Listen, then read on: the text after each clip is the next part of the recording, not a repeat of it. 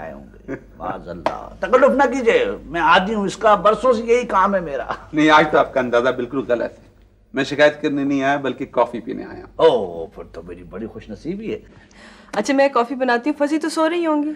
अरे भाई उनको ना उठाना, वो उठते ही डॉक्टर साहब का घेराव कर लेंगे। भाई डॉक्टर साहब, हमारी फजीयत को आपसे बड़ी शिकायत है।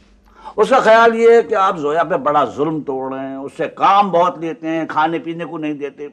पता है वो आपके अस्पताल को काला पानी कहती है। लेकिन जो मेरे बारे में कहती है वो मत बताइएगा, मुझसे बर्दाश्त नहीं होगा। अच्छा, मैं भी आती हूँ। आराम से आओ, हम जरा तफसील से बुराइयां करेंगे।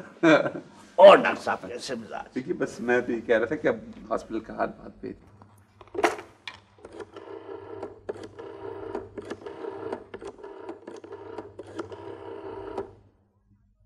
हेलो अंजी, अंजी तुम फौरन आ जाओ 1 मिनट में। नहीं, मैं कुछ नहीं जानती, तुम निकलो बिस्तर से। अंजी, डॉक्टर अहमद आए हुए हैं।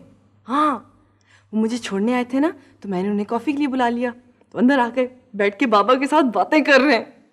तुम बस जल्दी आ जाओ। खुदा हाफिज।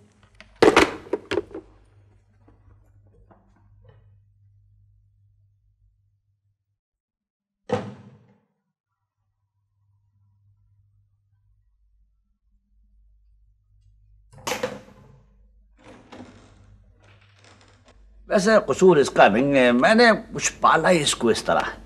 जी, मुझे अंदाजा है। देखिए, मेरा ख्याल ये है कि बच्चों को बेअंदाजा मोहब्बत देनी चाहिए, उनकी केयर करनी चाहिए, उनको अहमियत देनी चाहिए, एतबार देना चाहिए।